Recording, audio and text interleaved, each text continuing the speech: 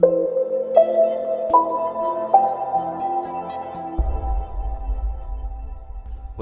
I think we can begin. We've had very interesting presentation in the first panel, and I'm very delighted now to be part of the second panel dealing with smart contracts. I think it's one of the best examples just to demonstrate how we are getting from hype to reality regarding the implementation of smart contracts and addressing a lot of key issues for developers, blockchain experts, lawyers, and with many challenges just regarding security, privacy, regulation, legal frameworks, all issues linked to the smart contracts life cycle. First of all, let me introduce the first expert, Godefroy JORDAN. You are a serial entrepreneur and CEO of SmartHab. I think you will have a lot to say just how to implement IoT, blockchain, and smart contracts, and regarding all those issues. The floor is yours.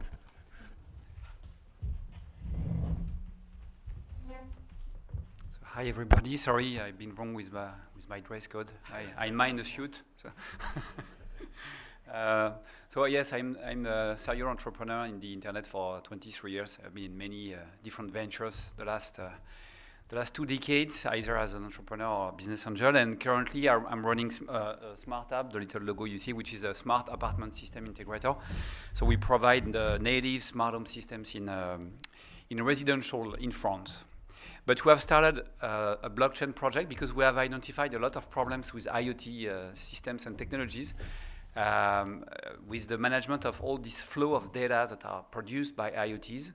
And we went to the blockchain. I will explain why, and how smart contracts are really great to address real issues in the real world.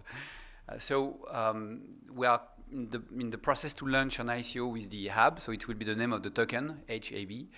And this token will be related to a platform, and this platform will be a kind of notary system for the critical data produced by IoT systems, especially in smart cities and smart buildings. So we have came to this idea through a parallel with what has happened in the airline industry 40 years ago, where now if you have around 22,000 commercial airline planes in the world, and they all have what is called a flight data recorder, or in French, boîte noire, black box, but in English, black box has 2 meanings, so be prudent with that. And what does it mean? It means that in case there is anything wrong with the plane, there is a way to collect and store the information to be sure that this information is genuine, it has not been corrupted, and that only some authorized parties can access to this data. Currently, there are 3 billion of Internet of Things devices, so small devices connected to Internet, in smart cities and smart buildings. I put apart the connected toothbrush or your iPhone.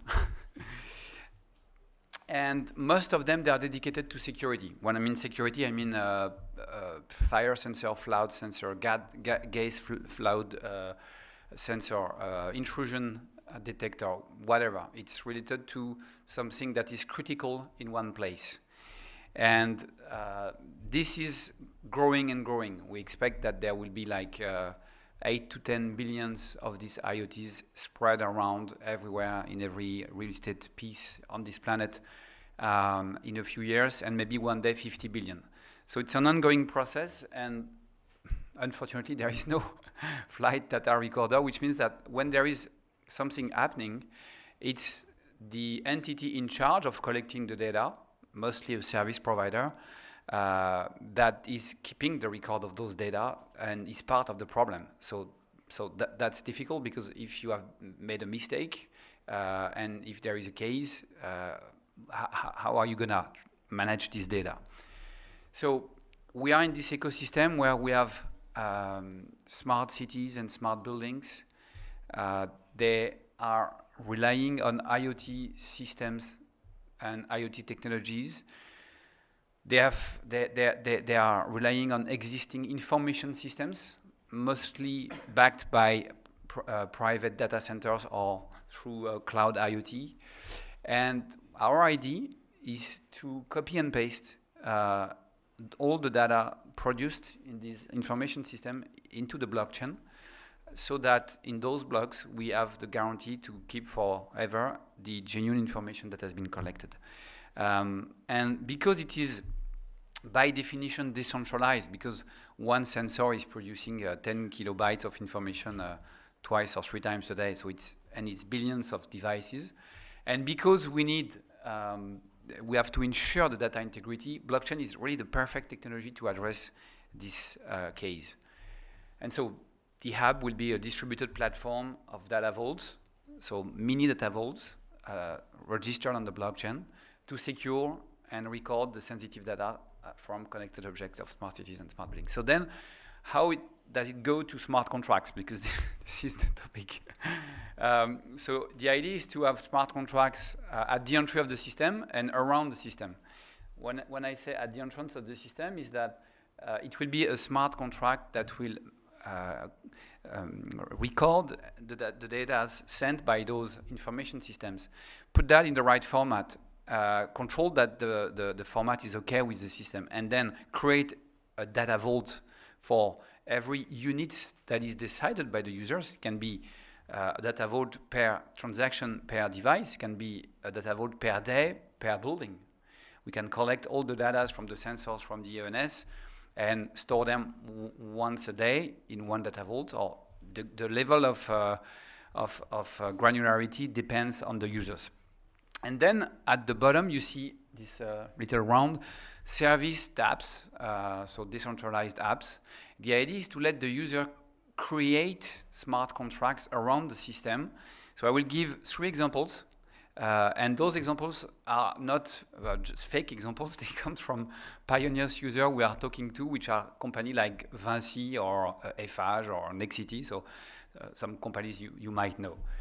First example is what is called the SLA monitoring. So the SLA is service layer agreement. You know, in every agreement today with a computer company, software company, or telecom operator, you have a part of the contract with you might respect some KPIs with your systems. If a French company like Ethos or Capgemini puts systems with 1,000 sensors to be sure that there is no leakage of water in this critical infrastructure from the city of Paris, the city of Paris that will pay for that will want to know if it is true that those 1,000 sensors are really in action, operating, and are correcting the data properly. And maybe there are bonus and malus with the contract with this vendor. So here the idea is that they can together create a smart contract where once a year or twice a year, the smart contract will open all the data vaults that have collected the data from those sensors and see what was the state of the system, how did it work, and then automatically send money to the vendor as a bonus or take money from the vendor as a malus. And there is no debate or litigation between them and time to spend to check that how has it really worked. Another case is this Tolbiac University after the event of the spring. So here the president of Tolbiac wants to know who is responsible for this. Are there the CRS, the students, the black blocks or whatever? We don't know. Just imagine that here we have had some intrusion sensors and cameras, and that have recorded the data. Maybe the president, the chair of Tolbiac will open a case, and there will be a judge that will ask to access this data and see what has really happened there. So this is clearly a case in a case of litigation. Another example is insurance. So this is the Greenfell Towers. 73 people died last year. We know yet that the security system was properly running, and the problem was with the material that covered the building. That was too inflammable. But just imagine the situation now. There will be a court trial, and the company in charge of the security with all the fire sensors, captors, and whatever, has collected the data and is part to the trial, part to the insurance case. So that's a problem. So in the future, we could imagine an insurance company that says, I will not insure you until you show me that you have you are using the HAB technology to collect the data. And B, I will create a smart contract that says that each time there are 3 sensors that detect smoke, then like a flight data recorder, we will ask you to record everything that's happening in the building, and we will ask you to create a smart contract or trigger a smart contract that will call the fire police, the firemen. So you can imagine that here again, there is some kind of automation of the participant commitment to a contract related to a real situation. So that's what we are doing, and we are addressing real sectors, like you can see. And we are trying to demonstrate true benefits. The first one regarding any token or ICO project is that there is a true usability. And I think here there is one. We haven't seen any existing solution exactly replicating this, and we are addressing a global market. So that's to finish, but this is the topic of panels from this afternoon, that of course at the end we need cash to do that, and so we are heading to an ICO in September and looking for investors, either a big VC funds or whatever, or individuals. So if you have some Bitcoin or Ethereum you want to exchange in some hub, it will be in September. So thank you, and I'll leave the talk to the follower.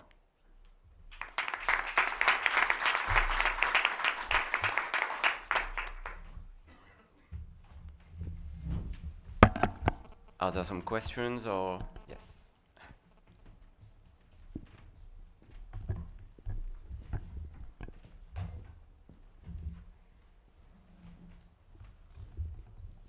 What is your specifics for preventing hacks on the Oracle?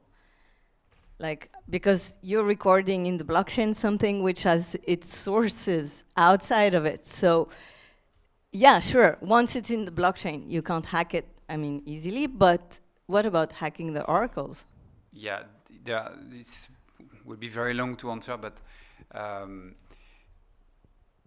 there are many ways to secure the data from the device to the block. So of course we are trying to implement solutions, and here there are other blockchain projects addressing this point. And the other main question is the geolocalization of the device, because of course if I put the device in the wrong place, we can trick the system with that. And the chance is that it's quite easy to have a proof in the data that we received of the geolocalization of a device. But you're right, it's critical. But on the other hand, the users will pay for this. And we are on a massive decentralized networks of devices. So the cost and the interest of users to trick with the origination of the data has not a lot of sense economically wise. It's possible, but if you are a facility manager, you want to demonstrate the quality of your service to your client, and you are paying $500,000 a year to buy the tokens, what would be your interest to trick the data? Okay, so but of course this is something we have to address, and that's why we need another 2 years until we can deploy this platform. Who's going to? Are you going to have proof of work and miners running the blockchain? So the idea is to have an hybrid blockchain, joining together Ethereum one side, to write in a public blockchain like Ethereum the critical data into hashes, like encryption of the data vaults, encryption key, the public-private keys. And because of the variation of the size of the data we are collecting, from a fire sensor which is 12 kilobytes to a video footage of 30 minutes, we need to also work with what we call a microchain, which will be our own public blockchain with developers and stakers working on that based on proof of stake, not proof of work. And the idea that we work with some advisors that are in the room here is to work on the concept of liquid trust, where the transaction price will vary depending on how much you want to pay. The more you will write on the Ethereum blockchain, the more you have a risk to pay a high price, because the cost of the block. And the more you write on our chain, the more it will be cheap. And based on that, we allow in a certain way to give the control to the users to avoid to be scanned by the speculators with the token. One last question, because we are running off of time.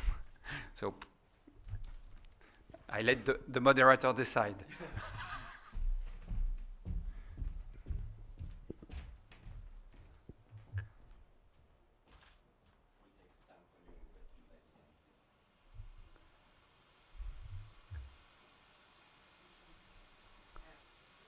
Do you hear? Yeah, okay. From what I understand, you're recording massively personal data there.